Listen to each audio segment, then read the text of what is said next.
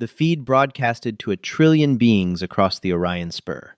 The Galactic Council sat in their gilded high seats, laughing as the Draxian Armada descended upon a single, crippled human cruiser. Humanity was extinct, they said. A footnote in the cosmic archives. They called the ship a floating coffin. But they didn't know the UNS Enduring Freedom wasn't built to survive. It was built to break the universe. And when the hull breached, the cosmos didn't just burn, it shattered. The Grand Assembly of the Galactic Council was a marvel of xenological engineering, suspended in the upper atmosphere of Sirius Prime. Its floors were carved from a single continuous sheet of synthetic diamond, and its walls were open to the swirling violet clouds of the gas giant below. For 10,000 years, it had been the seat of order in the galaxy. Tonight, it was an amphitheater of cruelty. Ambassador Thomas Wright stood in the center of the depression floor, his dark suit tailored but noticeably worn, the fabric fraying at the cuffs. He was 64 years old, his face mapped with the deep lines of a man who had spent the last 5 years watching his species be systematically eradicated. Around him, towering in their anti-gravity pods and elevated thrones, sat the delegates of the council. The tall, crystalline Zareth hummed with a soft, condescending blue light. The reptilian Kalen leaned forward on their forearms, their slit eyes fixed on the holographic projection floating in the center of the room. Earth was gone. It had been turned into a glass marble 2 weeks prior by the Draxian Empire. The Draxians, a militaristic insectoid race, had demanded Earth's dark matter reserves and the dismantling of the Lockheed Boeing orbital shipyards. When humanity refused, the Draxians didn't negotiate. They swarmed. Thomas had begged the Council for intervention. He had invoked the Treaty of Proxima, the Orion Accords, and basic sentient decency. The Council had deliberated, sipping on their nutrient nectars, and ultimately declared the conflict an internal, localized dispute. Behind closed doors, they whispered the truth. Humanity was expanding too fast, innovating too recklessly. A species that had gone from the Wright brothers to localized Alcubierre warp drives in less than 3 centuries was a variable the Council could not control. Letting the Draxians exterminate them was simply good cosmic bookkeeping. Now, the Council had summoned Thomas not to offer condolences, but to force him to watch the final curtain call. Ambassador Wright resonated the voice of Grand Minister Othal, a Zareth whose translated voice sounded like grinding glass. We project this feed for the sake of the archival record. The Draxian swarm has cornered the last fleeing vessel of your robust species. We thought it only fitting you witness the conclusion of your people's history. In the center of the chamber, the massive hologram flickered, displaying the cold, dead space of Sector 44G, the Oort cloud of a nameless frozen system. Surrounded by a sea of stars, 10,000 Draxian warships hung in the void.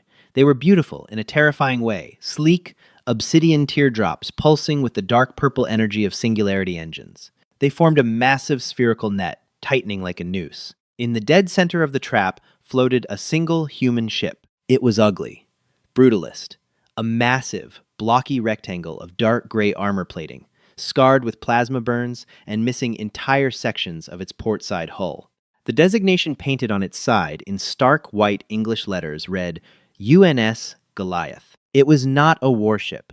It was a retrofitted supercarrier, originally designed by a joint Northrop-SpaceX coalition back in 2240 as a deep space colony vessel. Now, it was stripped of its habitation rings, heavily armored, and loaded with the last remnants of the United Nations Space Command's tactical division. A ripple of clicking and chittering laughter echoed through the council chamber. "Look at it," a Kalen delegate scoffed, the translation software struggling to capture the sheer arrogance in his tone. Chemical thrusters venting atmosphere, primitive kinetic batteries. Your people, Ambassador Wright, die exactly as they live, stumbling in the dark, throwing rocks at the sky. Thomas didn't look up at them. He kept his eyes fixed on the Goliath. He knew what the council didn't. He knew the files that General Robert Mitchell had handed him in a subterranean bunker beneath the Pentagon, just hours before the Draxian orbital bombardment began. "They are hailing you, Ambassador," Othal said, gesturing with a crystalline appendage. "The Draxian fleet commander wishes you to hear their final surrender demand." The audio feed patched through. The grating, synthetic voice of the Draxian commander filled the Diamond Hall. Human vessel, Goliath. Your homeworld is ash. Your colonies are silenced. Your kinetic weapons cannot pierce our quantum shielding. Power down your primitive fusion reactor and prepare for boarding. You will be processed as biological fuel. Refuse, and you will be atomized. Thomas clenched his fists at his sides. He waited for the response. Through the static, the exhausted, distinctly Texan drawl of Captain David Miller echoed into the grand chamber of the Galactic Council. Draxian Fleet, this is Captain Miller of the UNS Goliath. I'm afraid I can't comply with your request. Our reactor's a little temperamental today, but we do have a counteroffer. Tell your commander to go straight to hell. The alien delegates erupted into a cacophony of mocking laughter. Defiant to the last microscopic fraction of a second, Othal sneered. How quaint, how utterly, predictably human.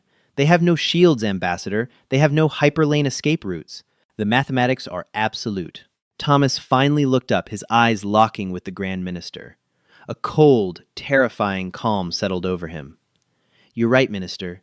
The mathematics are absolute. But you never bothered to check our math. 3,000 light-years away, the bridge of the UNS Goliath was bathed in the harsh red glare of emergency lighting. The air smelled of burning ozone, sweat, and leaking coolant. Sparks showered from a blown conduit above the navigation console, raining down on the metal deck plates. Captain David Miller stood by the central tactical table, gripping the edges so hard his knuckles were white. The tactical display was a nightmare. A solid wall of red contacts surrounded the solitary blue blip of the Goliath. "Report!" Miller barked, his voice cutting through the blaring klaxons. Lieutenant Commander Sarah Jenkins wiped a streak of soot and blood from her forehead, her fingers flying across the holographic terminal. "Hull integrity is at 40%, sir. We've lost decks 4 through 9. Life support is failing in the lower engineering bays. Sir, the Draxians are charging their plasma lances. We have maybe 3 minutes before they unleash a unified barrage. We can't take even a grazing hit." "What about our offensive batteries?" Miller asked. "Railguns 1 through 4 are offline," Jenkins replied, her voice remarkably steady for a woman who knew she was about to die. "Tungsten rounds from Battery 5 are bouncing off their quantum shields like rain on a tin roof. We're throwing stones at a fortress, Captain." Miller looked at the view screen. The obsidian teardrops of the Draxian Armada were glowing with a sickening violet light, charging the energy weapons that had turned Earth's oceans to steam. In the back of the bridge, huddled over a heavily encrypted standalone console, stood Dr. Harrison Wells.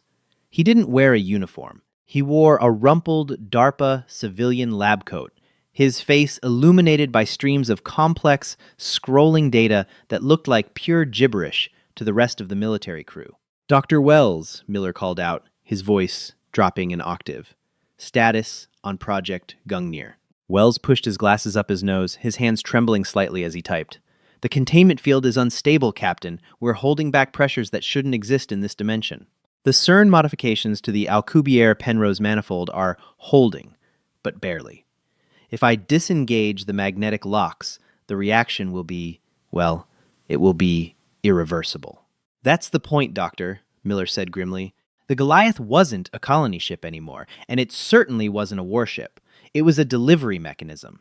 When the Draxian invasion began, the brightest minds at DARPA, CERN, and the remnants of the Raytheon Deep Space Division realized humanity could not win a conventional war. The alien quantum shielding defied all known kinetic and plasma weaponry.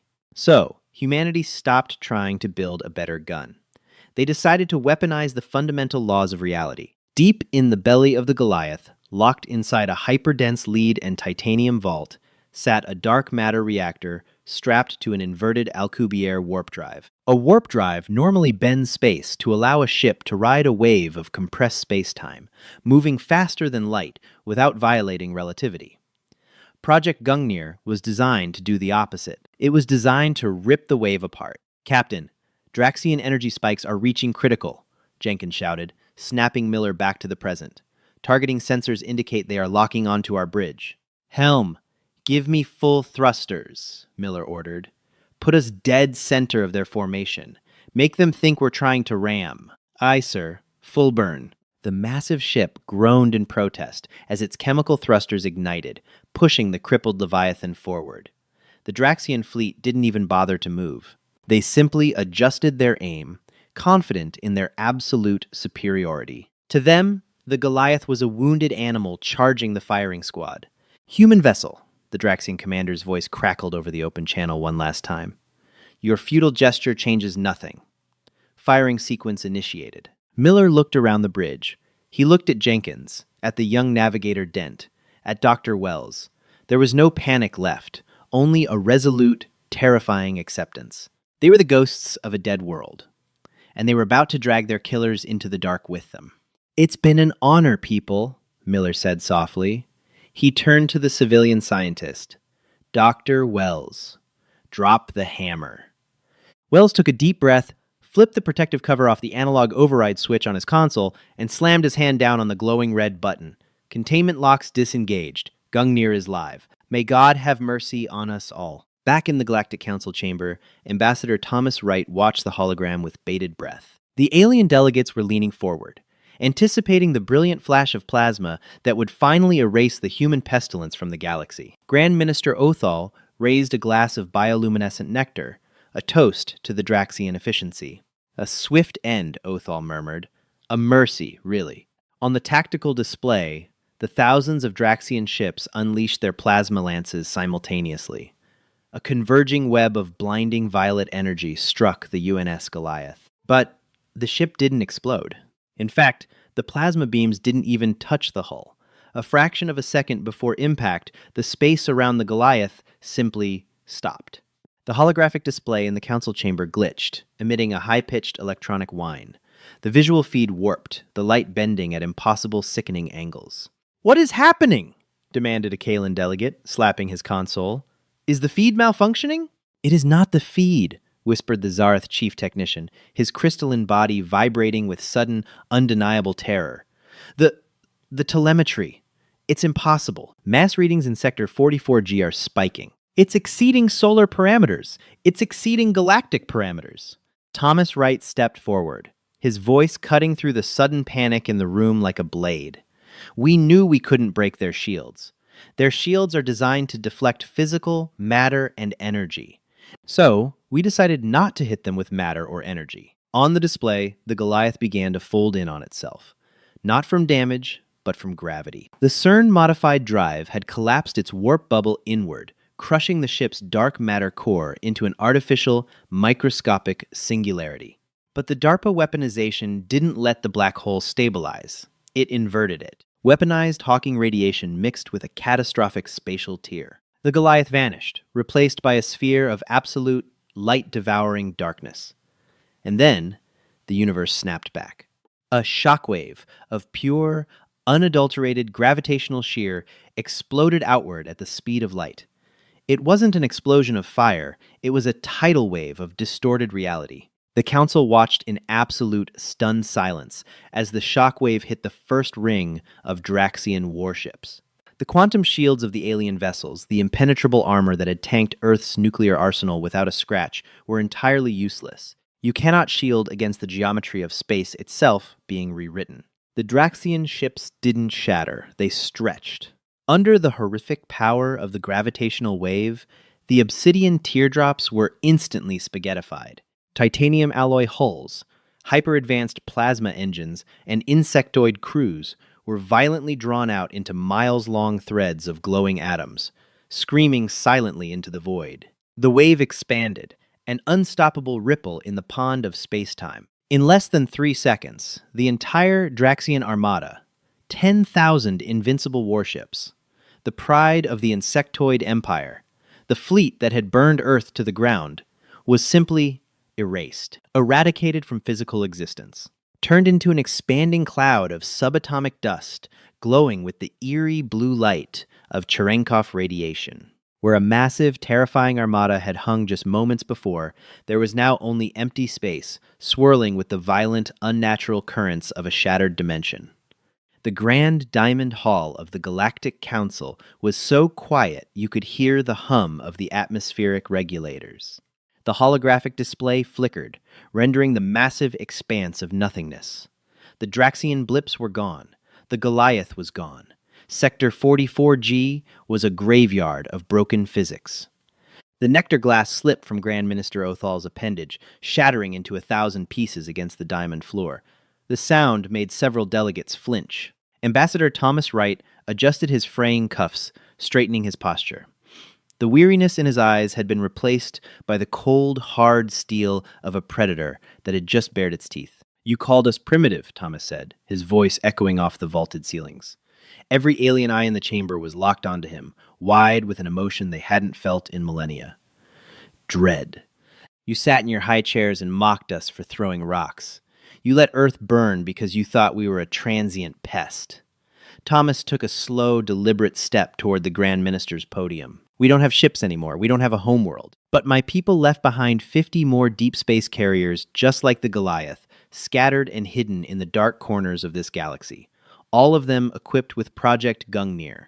All of them carrying dead men and women who have absolutely nothing left to lose." Thomas stared directly into the multifaceted eyes of the alien leader. "We are humanity, and if we can't live in this universe, we will take it with us." The silence in the Galactic Council chamber was absolute, heavy, and suffocating. The air, usually circulating with the synthesized scents of 100 different alien flora, suddenly felt thin. For 10,000 years, this room had dictated the fate of trillions.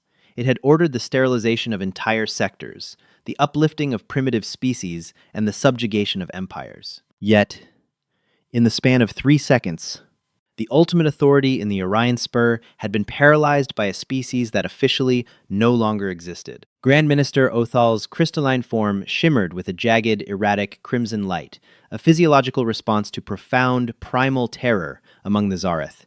He stared at the holographic projection where the Draxian Armada had once hung. The telemetry readouts from Sector 44G were still cascading down the screens in chaotic waterfalls of red data. The fabric of space was still oscillating, bleeding exotic particles into the void like a wound that refused to clot. "Bluff," hissed the Kalan delegate, though his 4 hands were trembling violently as he gripped the edge of his anti-gravity pod. "It is a desperate, dying bluff. You do not have 50 of these reality-tearing abominations. The energy requirements alone, the infrastructure needed to build them. Your homeworld is a cinder, Ambassador Wright. You have no shipyards, you have no industrial base." Thomas Wright did not flinch. He didn't raise his voice. He didn't need to. He stood in the center of the depression floor, a lone, frail man in a fraying suit, holding a galactic superpower hostage. "You underestimate the sheer paranoia of human defense contractors, Delegate," Thomas replied smoothly, reaching into his jacket pocket. The Council's automated security drones instantly hummed to life, their plasma emitters tracking his hand, but Othal waved them down with a frantic, trembling appendage. Thomas pulled out a solid-state data drive, a primitive, blocky thing encased in brushed steel, bearing the faded logo of Palantir Technologies. He tossed it onto the glass floor. It clattered loudly, the sound echoing like a gunshot. "Plug it in," Thomas ordered. "Or don't. It doesn't matter to me. But if you want to know how a dead species built 50 doomsday weapons in the dark, the data is right there." Hesitantly, a lower-tier maintenance drone scurried forward, absorbed the drive into its chassis, and interfaced with the Council's mainframe. Immediately, a massive secondary hologram projected above the assembly. It was a logistical map of the solar system, dated 3 years before the Draxian invasion. But it wasn't a map of cities or traditional orbital defense platforms. It was a map of black sites. "When we first made contact with your council," Thomas explained, "pacing slowly around the glowing projection, we realized very quickly that the galaxy was not the utopian federation you pretended it was. We saw the Kalan strip mining the outer rims. We saw the Draxian swarm consuming border worlds while you turned a blind eye. The United Nations Space Command knew an extermination-level event wasn't a possibility. It was an inevitability." The hologram zoomed in on the asteroid belt between Mars and Jupiter, millions of rocks floating in the dark. "So, we didn't build our last line of defense on Earth," Thomas continued. "We contracted General Dynamics and SpaceX to hollow out 50 carbon silicate asteroids. Inside those rocks, entirely off the grid, automated foundries powered by geothermal friction built the Goliath-class carriers. They were constructed in absolute silence. No energy signatures, no supply chains for just cold, dead rocks floating in the void, birthing monsters in the dark. The projection shifted, showing the brutalist, blocky ships detaching from their asteroid cradles and slipping into the Oort cloud, disappearing from all known tracking algorithms. By the time the Draxians breached our outer defenses and glassed Earth, those 50 ships were already gone, Thomas said, his voice dropping to a terrifyingly calm whisper, scattered to the winds. Navigation systems wiped. They are running on total silence protocols. Othal leaned forward, his voice a grinding, desperate static. Ambassador. The Draxian Empire is vast. They possess hundreds of thousands of vessels across 3 sectors. Destroying one armada, even their vanguard, will not stop the swarm. They will trace the gravitational wake of your weapon. They will hunt your ghosts down. Let them. Thomas smiled, a cold, humorless expression. Because the Goliath didn't just take out their fleet. Look at the coordinates of the spatial tier. The Council's chief technician manipulated the main projection. As the coordinates of Sector 44G were overlaid with the Galactic hyperlane map, a collective gasp echoed through the grand chamber. Sector 44G wasn't just empty space. It was the primary hyperlane nexus connecting the Draxian homeworld to their outer resource colonies. The gravitational shear from the Goliath's Gungnir drive hadn't just destroyed the ships. It had permanently fractured the subspace corridor.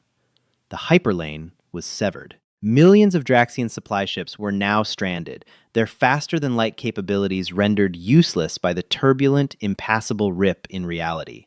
We didn't just break their sword, Thomas said softly. We cut off their oxygen. He turned back to the Grand Minister. Here are our terms. The Draxian Empire will immediately cease all hostile expansion. They will pull back to their inner systems. And this council will declare a 50 light-year exclusion zone around the Sol system. No one enters. No one scavenges our dead. If a single alien vessel crosses the Oort cloud, Thomas let the threat hang in the air, heavier than gravity. And if we refuse, the Kalan delegate spat, though the bravado was entirely hollow. If the Draxians refuse, Thomas looked up at the towering alien. The Goliath was targeting a military fleet, but those 49 other ships, they are programmed with the predictive algorithms of Palantir Space Command. They aren't looking for fleets. They are sitting in the dark, orbiting your homeworlds. Sirius Prime, Kalan Gart, the Zareth core worlds. If you do not enforce our terms, we won't fight a war. We will simply trigger the dead man switches. We will shatter the foundation of the Orion Spur, and we will drag all of you into the abyss with us. Thomas turned his back on the Galactic Council, straightening his jacket. You have 24 standard hours to issue the decree, he said, walking toward the grand doors, or the math takes over. Light years away, deep within the churning, radioactive nebula of the Perseus Arm, the UNS Oppenheimer sat in absolute, terrifying silence. To a passive sensor sweep, the ship didn't exist. It generated no heat, emitted no electromagnetic radiation, and produced no gravitational wake. It was a phantom, encased in layered, radar-absorbent metamaterials originally pioneered by Lockheed Martin back in the late 21st century. The interior of the ship was kept at a bone-chilling 4 degrees Celsius. The crew of 200 wore heavily insulated thermal suits, their breath pluming in the dim, red emergency lighting. Commander Samantha Cross floated weightless in the center of the bridge, anchoring herself to the tactical console with magnetic boots. She was 32, her hair cropped close to her scalp, her eyes hollowed out by months of sleep deprivation and the crushing weight of knowing she was a ghost of a murdered world. "Acoustic sensors only," she whispered, her breath visible in the freezing air. "Talk to me, Miller. What are we looking at?" Lieutenant Commander Jason Miller, wrapped in a thick parka bearing the faded patch of the defunct United States Space Force, pressed his ear against a bulky analog headset. In an era of quantum entanglement, communication, and instantaneous holographic data streams, the Oppenheimer had reverted to primitive, unhackable tech. "I'm picking up the ripple, Commander," Miller said, his voice trembling slightly. "Gravitational waves cascading through the nebula. It's faint, but the pattern is unmistakable. Massive, localized space-time shear." Cross closed her eyes, letting out a long, slow breath. The Goliath. Yes, ma'am. Telemetry confirms a class. 5 anomaly in Sector 44G. The Draxian Vanguard fleet. It's gone. Wiped from the board. The hyperlane nexus is severed. A heavy silence fell over the freezing bridge. There was no cheering, no celebration. The destruction of the alien armada didn't bring Earth back. It just meant that Captain David Miller and the crew of the Goliath were dead. They had successfully tested the Gungnir drive in the field. The nightmare weapon actually worked. Godspeed, David, Cross whispered into the dark. Commander, spoke up Chief Engineer Bradley, his voice cracking over the localized, hardwired comms line. He was stationed 3 decks down, overseeing the monstrosity sitting in the ship's belly. If the Goliath detonated, the Council knows. The Draxians know. Which means the quiet phase of this operation is over. The swarm is going to start sweeping the nebulas with tachyon beams. This stealth plating won't hold up to an active, deep-spectrum scan. Cross opened her eyes. The grief vanished, replaced by the cold, calculating machinery of a soldier executing a final order. Let them scan, Cross said. We aren't hiding anymore.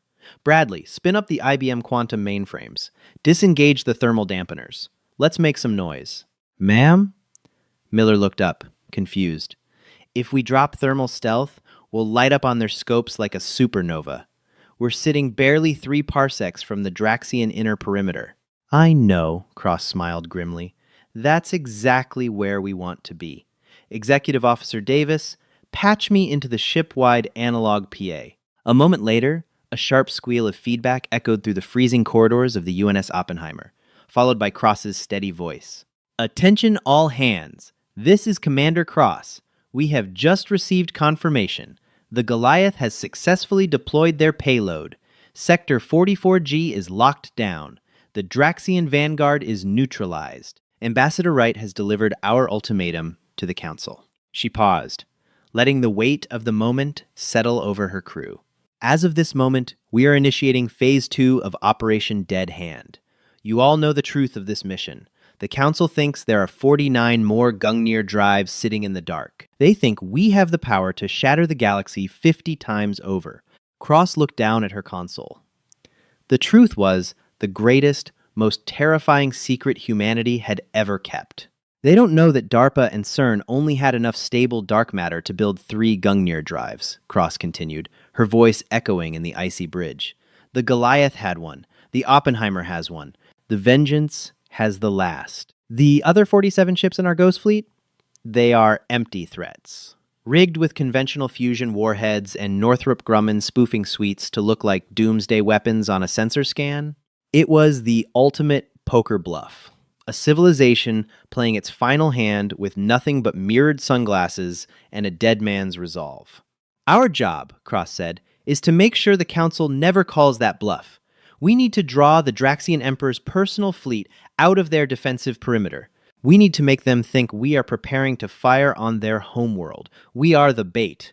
On the tactical console, the ship's systems roared to life as Bradley disengaged the thermal dampeners. The temperature on the bridge immediately began to rise as the massive fusion reactors kicked in. Sensors are live, Miller reported, his hands flying across the physical keyboards. We are broadcasting our position in the clear. Unencrypted telemetry. We are practically screaming our coordinates to the Draxian capital. How long until they notice? Cross asked. 10 seconds. 5. Miller swallowed hard. Contact. Commander, I have massive tachyon spikes originating from the Draxian core world, Drax Prime. They see us. Oh my god, they see us. Put it on the main optical screen, Cross ordered. The reinforced steel shutters on the bridge peeled back, revealing the sprawling, violent colors of the nebula outside. But cutting through the cosmic dust was a fleet unlike anything human eyes had ever seen. It wasn't a swarm of 10,000 teardrops. It was a single, unimaginably massive dreadnought. It was the size of Earth's moon, a jagged, terrifying construct of black metal and violet energy, escorted by 300 elite Praetorian cruisers. This was the Hive Lord's personal armada, the absolute apex of Draxian military power. They had abandoned their homeworld's orbit to hunt down the single human ship that dared to light up on their doorstep. They're moving fast, Commander, Miller said, his voice tight. They're skipping across local space. They'll be in weapons range in 4 minutes. Let them come, Cross said, stepping up to the glass. Bradley, what's the status on the Gungnir containment field? Down in the engineering bay, Bradley watched the massive, lead-lined vault humming with a terrifying, destructive frequency. Boston Dynamics maintenance drones were frantically welding structural supports to the containment ring, their optical sensors flashing yellow with warning codes. The field is stable, Commander, Bradley reported, wiping sweat from his brow as the temperature in the ship skyrocketed. But ma'am, we aren't near a hyperlane nexus. If we detonate here, in the middle of a nebula, the spatial tear won't sever their supply lines. It'll just wipe out their fleet and take us with it. I don't intend to sever a supply line, Bradley, Cross said. Her eyes locked on the approaching moon-sized dreadnought. I intend to sever their homeworld. Miller looked at her, his eyes wide. Commander, you're not targeting the fleet. Calculate the gravitational trajectory, Cross ordered, her voice cold as ice. If we detonate the Gungnir drive right here and direct the spatial tear along the tachyon beam they are using to track us, where does the shockwave go? Miller's fingers flew across the analog keypad. He ran the math. Then he ran it again. The blood drained from his face. The tachyon beam is a direct entangled tether to Drax Prime, Miller whispered. If we ignite the drive and use the beam as a conduit, the shockwave won't expand in a sphere. It'll travel down the tether like a localized tsunami. It'll bypass the fleet entirely. And where will it hit? Cross asked softly. It will hit the core of Drax Prime, Miller breathed. It will rip their planet inside out. The human Ghost Fleet didn't just have doomsday weapons. They had figured out how to aim them. Commander, Jenkins yelled from the comm station. The Draxian dreadnought is hailing us. Audio only. Put them through, Cross said. The grating, synthetic voice of the Draxian Hive Lord filled the bridge. It vibrated in their teeth, heavy with absolute malice. Human vessel, you are a dying ember in the dark. Your trick with the spatial tear will not save you. We have adapted our shields to quantum fluctuations. Surrender your vessel, and we will grant your crew a swift biological termination. Cross leaned over the comms console. She thought of Earth. She thought of the blue skies she would never see again, the oceans that had boiled, the billions of souls crying out in the dark. Hive Lord, Cross said, her voice dripping with venom. I don't give a damn about your shields. Because I'm not aiming at your ship. She looked at Miller and nodded. Bradley, Cross ordered, disengage magnetic locks. Fire Gungnir down the tether. Down in the bowels of the ship, Dr. William Carver's terrible mathematics came to life. The Boston Dynamics drones stepped back as the lead vault cracked open, revealing a core of absolute, devouring darkness. See you in hell, Cross whispered. The UNS Oppenheimer didn't explode. It imploded. The universe screamed. Back in the Grand Diamond Chamber of the Galactic Council on Sirius Prime, the atmosphere had devolved from stunned silence into absolute, unrestrained panic.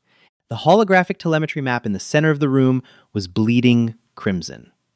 Grand Minister Othal clutched the edges of his podium, his crystalline exterior fracturing slightly under the physiological stress. The Council had just witnessed the telemetry of the UNS Oppenheimer, dropping its stealth in the Perseus arm. They had watched the Draxian Emperor's personal moon-sized dreadnought, the Apex Predator, warp into the system, and they had watched the human ship implode. Fools! The Kalan delegate gasped, his forearms waving in a mixture of relief and contempt. The humans miscalculated. They detonated their weapon in open space.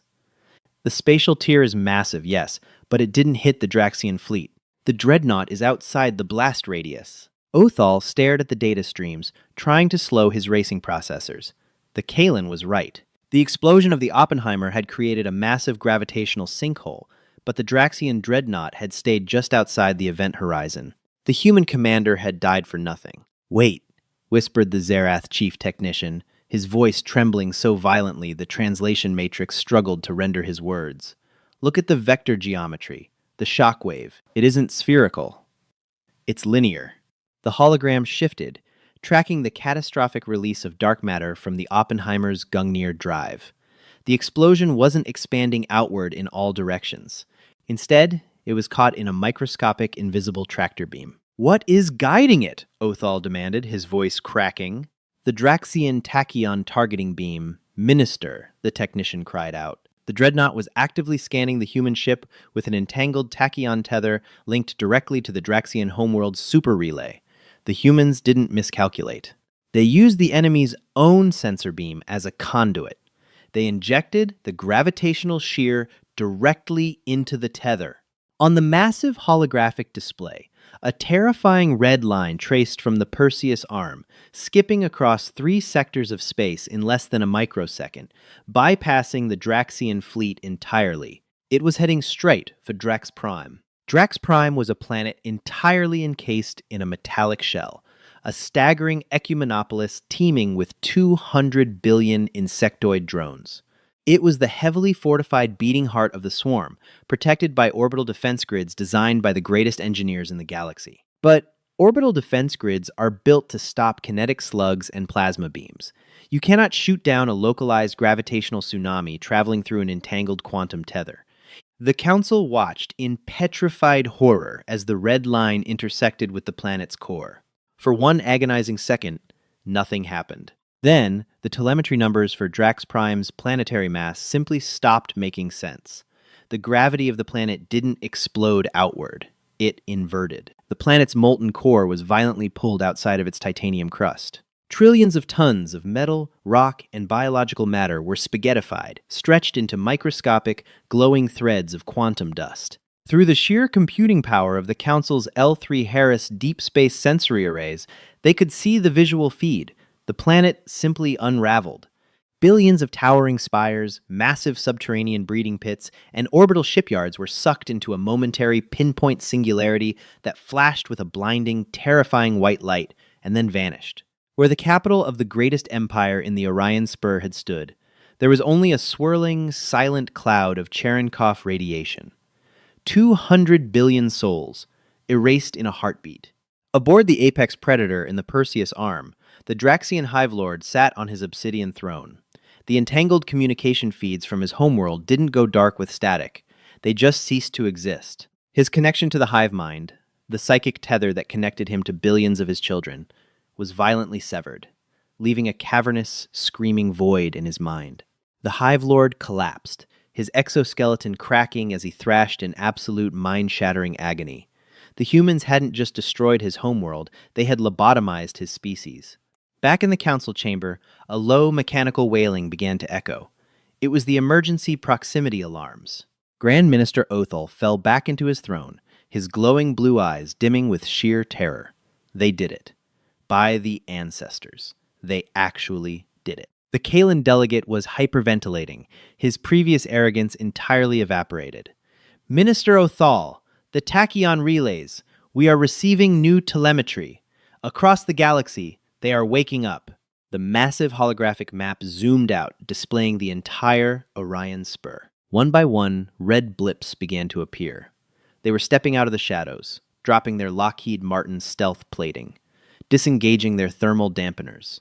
5 ships materialized in the high orbit of Kalengard. 6 appeared above the Zarath core worlds.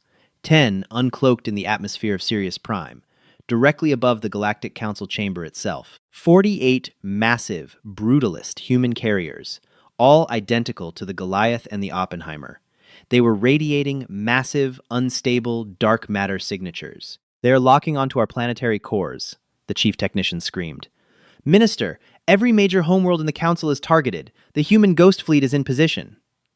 Ambassador Thomas Wright walked down the grand concourse of Sirius Prime, his leather shoes clicking methodically against the synthetic diamond floors.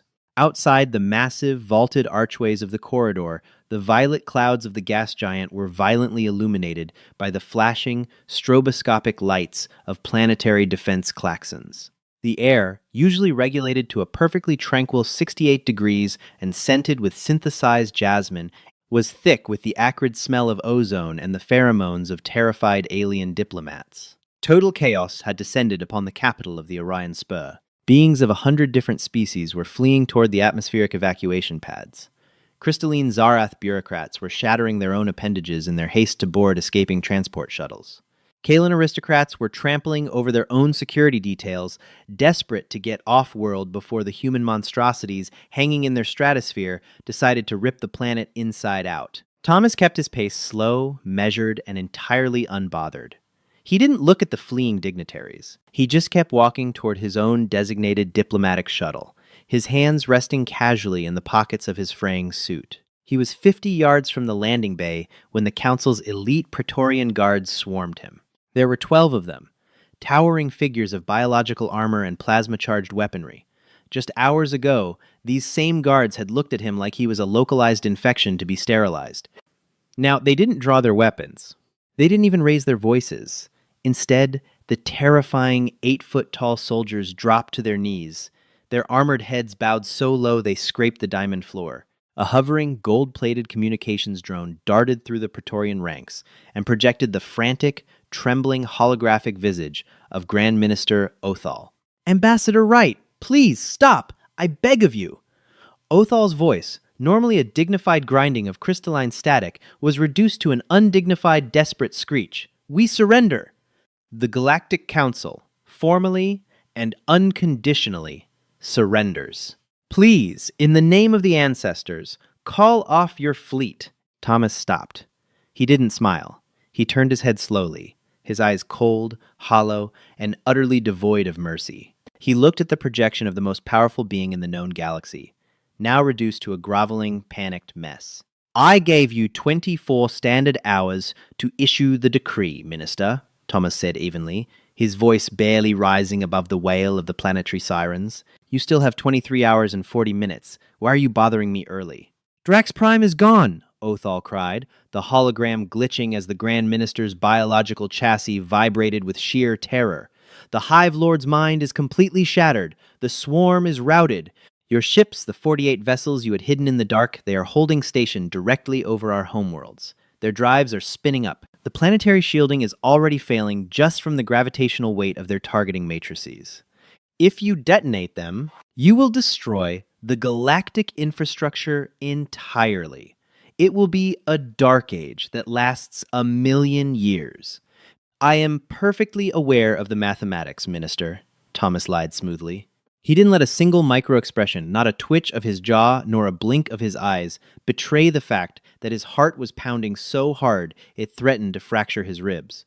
What the Galactic Council didn't know, what the terrified alien leaders staring at the massive human warships in their skies couldn't possibly fathom, was that those ships were completely, fundamentally hollow. Deep in the subterranean bunkers of Earth, in the agonizing months before the Draxian orbital bombardment began, the United Nations Space Command had faced a brutal mathematical reality. DARPA Director William Ford and the lead engineers at Anduril Industries had realized they couldn't build 50 Gungnir drives.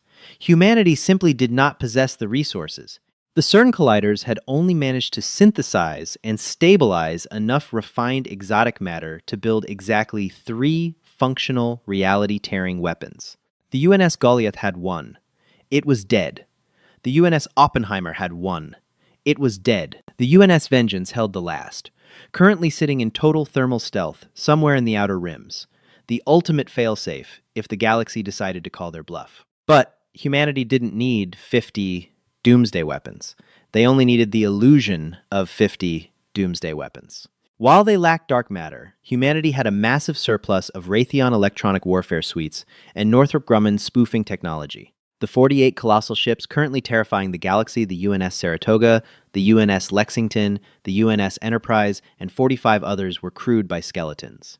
They were entirely automated drone ships, rigged with massive, localized gravity wave projectors. They were broadcasting the exact, terrifying energy signature of a collapsing Alcubierre manifold, painting a sensor ghost so loud and aggressive it blinded the Council's tactical arrays. If a single Council ship, even a localized planetary defense platform, actually fired a standard plasma lance at one of those carriers, it would pop like a tin can, revealing nothing but empty corridors, automated flight computers, and a conventional fusion core. But humanity was betting the survival of their entire species on one simple, undeniable psychological fact. After watching 2 real Gungnir drives shatter the laws of reality and erase the greatest military empire in history, Absolutely no one in the galaxy would ever dare to pull the trigger to find out if the remaining 48 were real. It was the ultimate cosmic game of Russian roulette, and humanity had just convinced the entire universe that every single chamber was loaded with a hollow point bullet aimed straight at their heads. Call them off, Ambassador, Othal pleaded, his holographic eyes darting upward as if trying to look through the ceiling to the massive human dreadnought hovering in the stratosphere. Name your terms. We will grant anything. Wealth, technology, territory. Just stop the sequence. Thomas adjusted his fraying collar. He let the silence stretch, letting the Grand Minister stew in his own absolute powerlessness. We do not want your wealth, Minister. We do not want your territory, Thomas finally spoke, his voice ringing with the absolute authority of a man who held the stars hostage. The terms remain exactly as I stated on the assembly floor. You will codify the Sol Exclusion Act. Thomas stepped closer to the drone, his shadow falling over the golden chassis. The terms of quarantine. The Sol Exclusion Zone. The Sol system, and a precise 50 light-year spherical radius surrounding it, is now sovereign, restricted human territory. Absolute prohibition.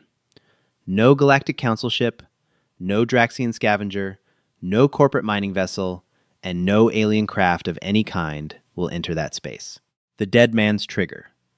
If a single alien sensor ping, stray tachyon beam, or physical vessel crosses the Oort cloud of our system, the human ghost fleet stationed above your worlds will immediately drop their magnetic locks and trigger the Dead Man switches. We will not fight a conventional war, Thomas whispered harshly. We will just pull the pin. Agreed! I swear it by the core. It is agreed! Othal shouted instantly, weeping openly now. The decree is being broadcast on all HyperNet channels right now. We are encoding the quarantine protocols into the navigational computers of every registered ship in the Orion Spur. The Draxian remnants are already fleeing back to their outer colonies. They are broken, Ambassador. You broke them! We are also requiring reparations, Thomas added coldly, not missing a beat. Earth is a cinder. You let the swarm burn our oceans. You will fix it. How? How can we fix a glassed world? You will deploy your Genesis units, Thomas commanded, referencing the highly classified, automated terraforming fleets used by the Council to prepare pristine resort worlds. Automated drones only. They will push atmospheric scrubbers, biological seed vaults, and oceanic purifiers to the edge of the exclusion zone. Our automated tugs will bring them in. You will provide the tools to rebuild what you allowed to be destroyed. And you will do it in absolute silence. No communication channels, no monitoring software. If we detect a single line of spyware in those Genesis units, the Kalen homeworld cracks. Yes, of course. The Genesis fleet will be deployed within the hour, Othal stammered. Just give the abort code. I am begging you, Ambassador Wright. Please. Thomas reached into the pocket of his suit jacket and pulled out a small, heavy analog satellite phone. It was an archaic piece of technology, heavily modified by Boeing engineers to bypass standard frequencies and bounce an encrypted, localized signal directly off the Council's own hyper relays. He flipped open the plastic cover. He looked at the Grand Minister one last time. Then, he pressed the single red button. Across the galaxy, the 48 human ghost ships simultaneously executed their programmed sequence. They abruptly powered down their spoofing engines. The massive, terrifying dark matter signatures that had been screaming on the Council's planetary scanners slowly, agonizingly faded back down to a quiet baseline. The ships didn't leave orbit. They didn't retreat into the hyperlanes. They simply went dark. Their Lockheed Martin radar-absorbent metamaterials engaged, and they slipped back into absolute thermal stealth. To the naked eye, and to the most advanced sensors in the galaxy, they simply vanished. But the Council knew they were still there, invisible phantoms, holding silent, eternal vigil over the alien capitals. The sword of Damocles remained hanging, unseen, but ever present. Thomas put the phone back in his pocket and snapped it shut. The sound was deafening in the suddenly quiet corridor. The countdown is paused, Minister, Thomas said, turning his back on the hologram and walking toward the bay doors. But the fleet remains. They will always remain. If you ever look toward Earth again, remember what we did in the dark. Thomas Wright boarded his shuttle alone.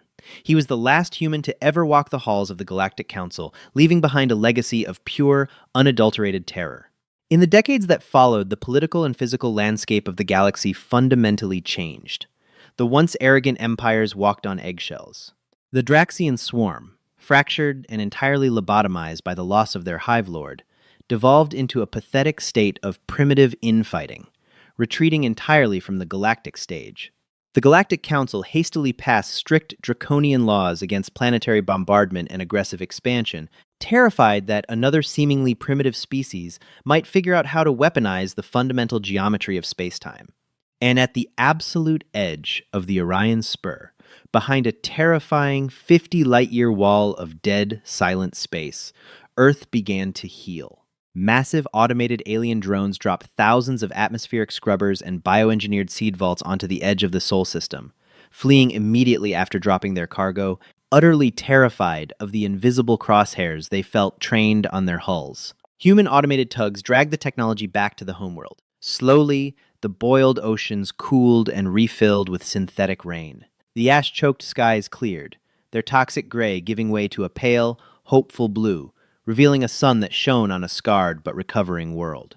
Deep within the reinforced subterranean bunkers of Mars and the hollowed-out spinning carbon silicate asteroids of the main belt, the few million human survivors began to tentatively emerge.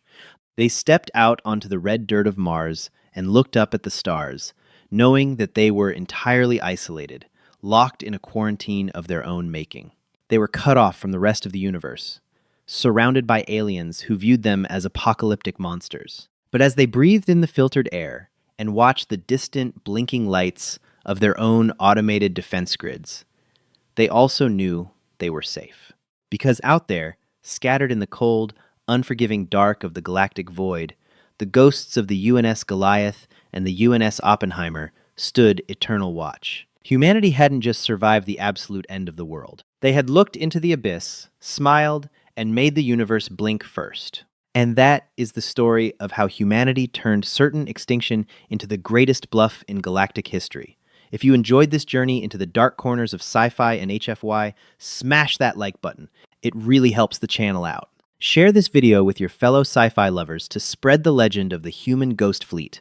And make sure you subscribe and hit the notification bell so you never miss another epic tale from the stars. What would you have done if you were in Commander Cross's shoes? Let me know in the comments below. Hi, my name is Tran Trung, the owner and manager of Palace Truths. After watching the video, the Galactic Council mocked humanity's last ship, then it erased an entire alien armada, HFY, I'd really like to know what you think. How did this story make you feel?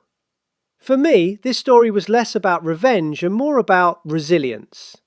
Even when everything seemed lost, the characters reminded us that courage, teamwork, and determination can change the course of a seemingly impossible situation. That feeling stayed with me long after the final scene. What moment stood out to you the most, and which character earned your respect the most? If you had been faced with the same impossible odds, would you have chosen the same path or tried something different? In our own lives, we may never face battles like these, but we all have moments where staying calm and refusing to give up matters. If this story gave you something to think about or simply entertained you, I'd love to hear your thoughts in the comments. And if you enjoy HFY stories like this, feel free to like the video or subscribe only if you'd like to join us for more adventures.